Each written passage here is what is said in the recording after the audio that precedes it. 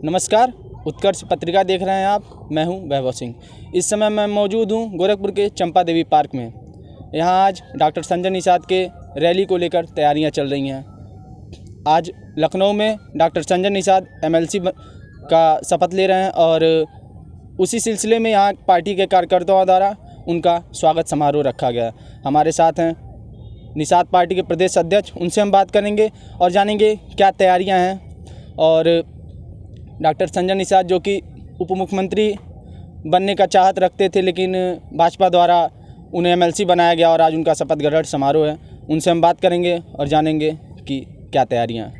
बहुत स्वागत है सर आपका। बहुत बहुत धन्यवाद। मुझे खुशी है कम से कम आज जो स्वागत समारोह रखा गया है Nishad party supremo political godfather doctor Sanjay Kumar Nishad ji का, आज अभी कुछ ही देर में आप देखेंगे कि लाखों की संख्या में कार्यकर्ता यहाँ मौजूद रहेंगे और हम लोगों के अंदर जो उत्साह है, और अभी लगभग 20 दिन बाद आज शपथ ग्रहण भी हुआ है। शपथ ग्रहण के बाद सीधे वहाँ से निकलने के बाद इस समय कालेसर में लगभग 50,000 मोटरसाइकिल एक तरफा ही वहाँ तैयार हो गई है। वहाँ से लेकर के रैली के माध्यम से वो स्वागत के साथ यहाँ पर आएंगे। और यहाँ चंपा देवी पार्क में आप देख रहे हैं कि इस समय नौजवान कार्यकर्ता सभी आ चुके हैं। ढेर सारी गाड़ियाँ, जो लोग उनसे मिलना चाहते हैं देखने के लिए कि अभी तक ये वही डॉक्टर संजय कुमार निषाद हैं जो मछुआरों के लिए, गरीबों के लिए लड़ाई ज़मीन पर लड़ते थे।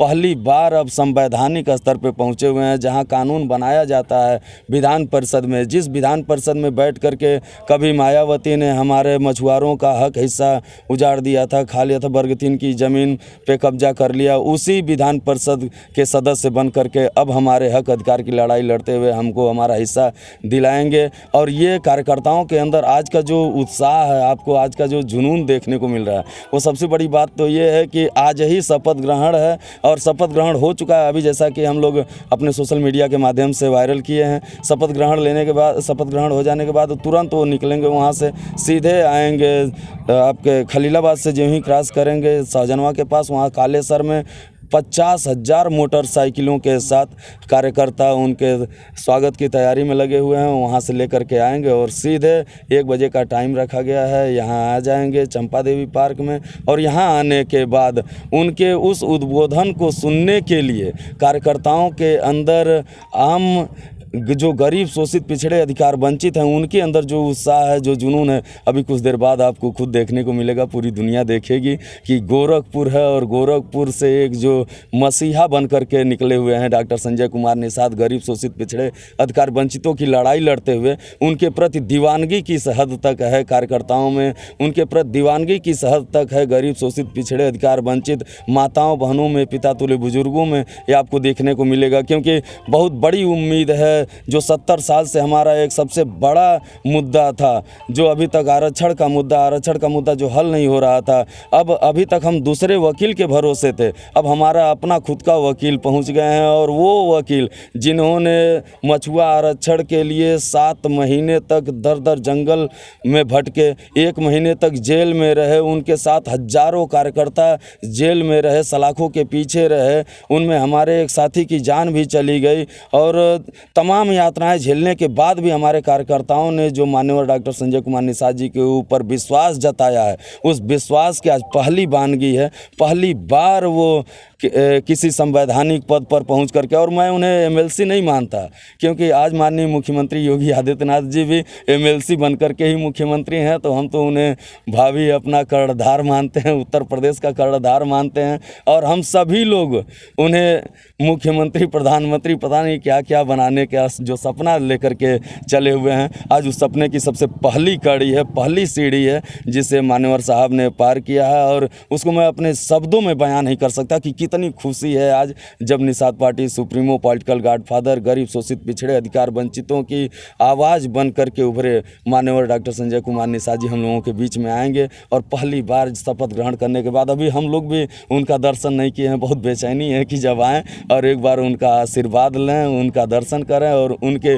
विचारों को सुनें। क्योंकि इस कार्यक्रम के चलते हम लोग उस शपथ ग्रहण समारोह में शामिल नहीं हो पाए, जिसके लिए हम लोग बड़ी बेसब्री से इंतज़ार इंतज़ार कर रहे थे, लेकिन अब मुझे खुशी है कि चलो आज लाखों की संख्या में, वहाँ हम लोग 10, 20, 50 लोग अंदर जा पाते शपथ ग्रहण समारोह में, आज लाखों लोगों के सामने मान्यवर साहब अपने उद्गार व्यक्त करेंगे और हम लोगों को खुशी है। हम लोग पूरी तैयारी के साथ यहाँ लगे हुए हैं। जी, पिछले समय में आप जैसे आपने बताया कि वो भले एमएलसी बन चुके हैं, लेकिन आप लोगों के लिए मुख्यमंत्री हैं, प्रधानमंत्री हैं, गॉडफादर हैं। बीते समय में उन्होंने उप मुख्यमंत्री को लेकर भी जिक्र किया, उन्होंने इच्छा जताई और भाजपा के साथ अनबन की खबरें भी मीडिया में आईं। उसके बाद भाजपा के द्वारा उन्हें एमएलसी का पद दिया गया और अब सुनने में आ रहा है कि सारी दूरियां, सारे गिले शिकवे ख़त्म हो चुके हैं। तो क्या देखते हैं आप मिलकर चुनाव लड़ेंगे, क्या आपकी तैयारियां हैं? और जो अंदरूनी मनमुटाव थे और भारतीय जनता पार्टी के साथ, उस पर आप क्या कहेंगे? पहली बात तो उनका अपना निजी विचार नहीं था कि मुझे उप मुख्यमंत्री बना दिया जाए। हम जैसे अभी आपको बताया ना कि हम लोग तो चाहते हैं उन्हें मुख्यमंत्री बनाना, लेकिन कार्यकर्ताओं की मांग है कि हमारी जो सहयोगी पार्टी है भारतीय जनता पार्टी, बड़ी पार्टी है और उनके साथ रह करके हम उनके छोटे भाई हैं, तो छोटे पद पर ही रह करके अपने समाज का नेतृत्व करेंगे। तो ये समाज की मांग है कि मुख्यमंत्री नहीं तो उप मुख्यमंत्री बीजेपी को ज़रूर बनाना चाहिए। इसलिए बनाना चाहिए कि अगर वो 2% वाले को उप मुख्यमंत्री बना सकते हैं, 2.5% वाले को उप मुख्यमंत्री बना सकते हैं, तो 18% आबादी है हम मछुआरों की। हमारा तो प्रतिनिधित्व तो ज़बरदस्त रहना चाहिए सरकार में, क्योंकि सबसे ज़्यादा शोषित हमारे लोग हैं, सबसे ज़्यादा अधिकार वंचित हमारे लोग हैं, सबसे ज़्यादा शोषण हमारा होता है। तो उनकी लड़ाई लड़ने के लिए अगर वो पहुँचे हुए हैं तो उन्हें उस लेवल पर पहुँचना चाहिए। और बाकी रही बात अनबन की, तो ऐसी कोई बात नहीं है। निषाद पार्टी आज एनडीए का घटक है और कुछ ही दिनों में जल्द ही घोषणा हो जाएगी निषाद पार्टी कितने सीटों पर लड़ेगी। लेकिन इस समय निषाद पार्टी जीत के लिए काम कर रही है। उत्तर प्रदेश की 403 विधानसभा को जीतने का एनडीए का जो निर्णय है, उसमें क्या खास तैयारियां आपकी और भाजपा की, क्योंकि आप दोनों साथ मिलकर चुनाव लड़ेंगे, क्या आपकी खास तैयारियां हैं और क्या आपके मुख्य मुद्दे हैं इस चुनाव में, आपके समाज के लिए और अन्य लोगों के लिए भी? सबसे पहला हमारा मुद्दा तो आरक्षण का मुद्दा है और आरक्षण के मुद्दे पे इस समय भारतीय जनता पार्टी पूरी तरह से कटिबद्ध हो चुकी है। माननीय मुख्यमंत्री जी से मुलाकात हुई थी, मुख्यमंत्री जी ने भी यही कहा है कि जल्द ही आपका आरक्षण का मुद्दा फाइनल हो जाएगा। माननीय कैबिनेट मंत्री जी से मुलाकात हुई, उनके स्वतंत्र देव सिंह जी जो प्रदेश अध्यक्ष हैं उनसे मुलाकात हुई, जो धर्मेंद्र प्रधान जी आए हुए हैं चुनाव प्रभारी बन करके, उनसे मुलाकात हुई। सभी लोगों ने आश्वस्त किया है कि आपका आचार संहिता लागू होने से पहले जो मछुआरों का सबसे बड़ा मुद्दा है आरक्षण का, उस मुद्दे को हल कर दिया जाएगा और सीटों पर भी घोषणा हो जाएगी। जल्द ही सम्मानजनक सीटें निषाद पार्टी लेकर के विधानसभा में पहुँचेगी, जहाँ से अपने लोगों के लिए कानून बनवा करके जो पिछले 70 सालों से और ख़ासतौर पर पिछले 30 सालों से जो सपा बसपा ने हमें फुटबॉल बना करके रखे हुए हैं। सपा कहती है कि हम अनुसूचित में रखेंगे, बसपा कहती है कि इनका गलत तरीका है। ये दोनों एक दूसरे के जो पूरक हैं और हमारे समाज का जो शोषण करते रहे हैं, उनको अब समय आ गया है कि उनको उनकी औकात दिखा दें कि हमारे वोट से तुम्हारी सरकारें बनती रही हैं और हमारे ही लोगों का शोषण करते रहे हो। अब जब हम अलग हो गए हैं तो आज उनकी हालत क्या है वो तो आप सभी लोग देख ही रहे हैं। कितने सीटों पर बात हुई है, कितनी सीटें आपको मिल रही हैं? देखिए, सबसे पहले तो 160 सीटें हमारी जो प्रमुख रूप से हैं निषाद पार्टी की, जहां हम अपने दम पे जिताने का मुद्दा रखते हैं, जिनमें 70 सीटें ऐसी है जो हमारी बूथ लेवल तक तैयार है।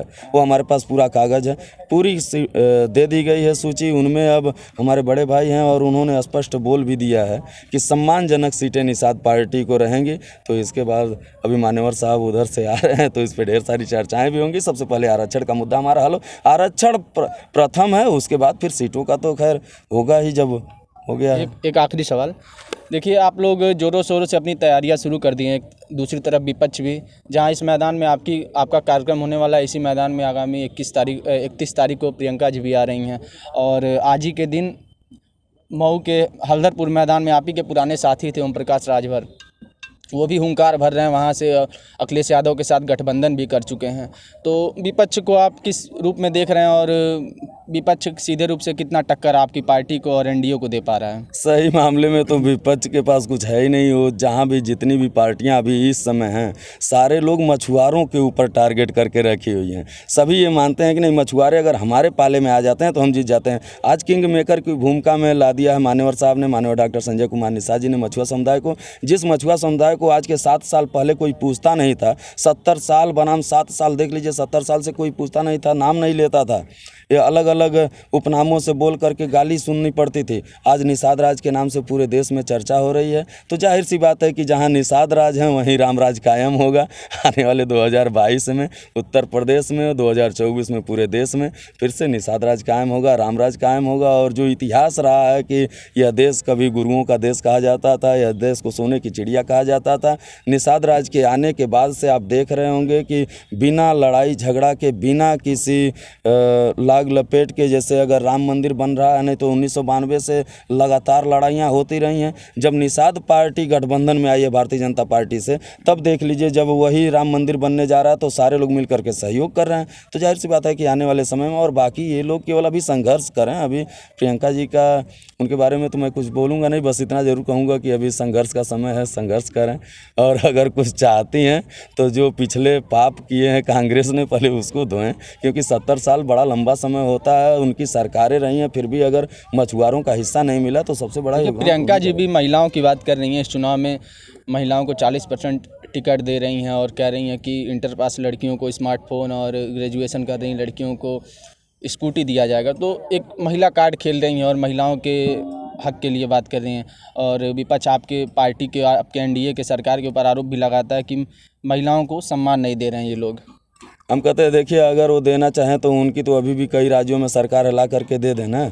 जीतने के बाद फिर देने का क्या, 70 साल से सरकार रही है पूरे देश भर में, वो ला करके दे सकते हैं। उनके पास पैसे की कौन सी कमी है। लेकिन अब सभी लोग जान गए कि अब लॉलीपॉप से काम नहीं चलेगा।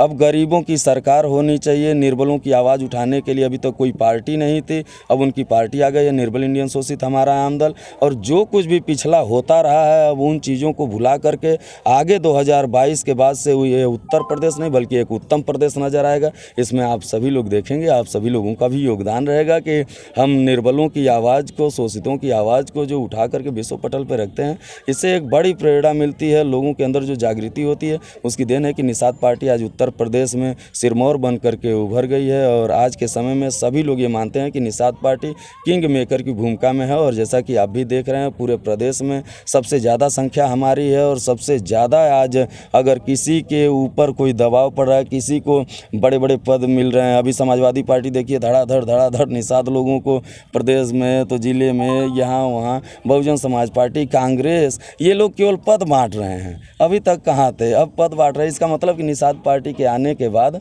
जो गरीब शोषित समाज है, जो गरीब तबका है, उसको सम्मान मिलना शुरू हो गया। और 2022 के बाद से फिर इनकी आवश्यकता नहीं पड़ेगी, वो अपने हाथ से खुद अपना सम्मान ले लेंगे। ठीक है सर, हमसे बात करने के लिए धन्यवाद। तो ये थे हमारे साथ निषाद पार्टी के प्रदेश अध्यक्ष। हमने इनसे बात की और संजय निषाद जी के कार्यक्रम के तैयारियां का जायज़ा लिया और आगामी चुनाव पर भी हमने चर्चा की। ये दावा कर रहे हैं कि एनडीए के साथ मिलकर ये सरकार बना रहे हैं और विपक्ष पर इन्होंने आरोप भी लगाया कि वो अपने पिछले पाप को धुलें। कैमरामैन सुमित के साथ मैं वैभव सिंह, उत्कर्ष पत्रिका।